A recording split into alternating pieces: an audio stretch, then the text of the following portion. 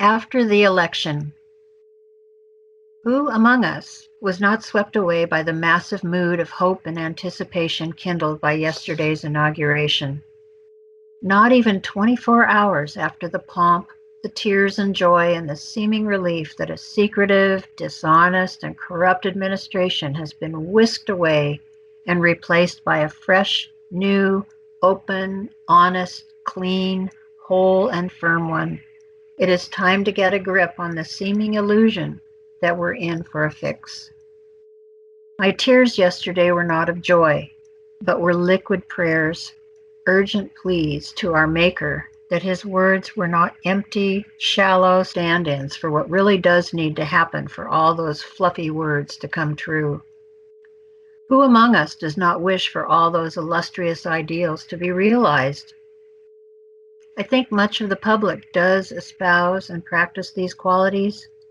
My concern is that a massaged and dreamy-eyed public will let down their guard and allow the final acts of the powerful, moneyed decision makers to fall, and all based on the ephemeral and diaphanous word, and it's only a word, hope.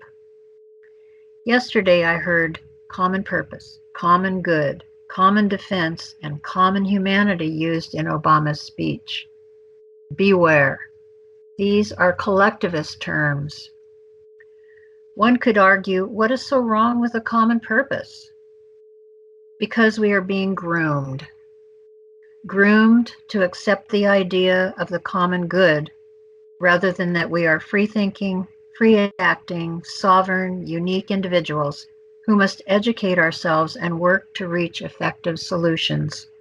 Common purpose, common good, common defense, common humanity, communism. We are not common.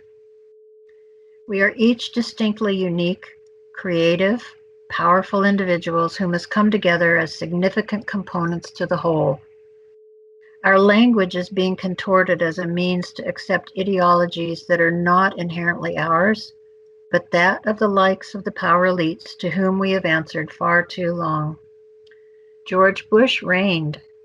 Now President Obama has the reins. Now, especially because we are hopeful and appeased that we think we got what we want, we must be vigilant and hold President Obama to his promises.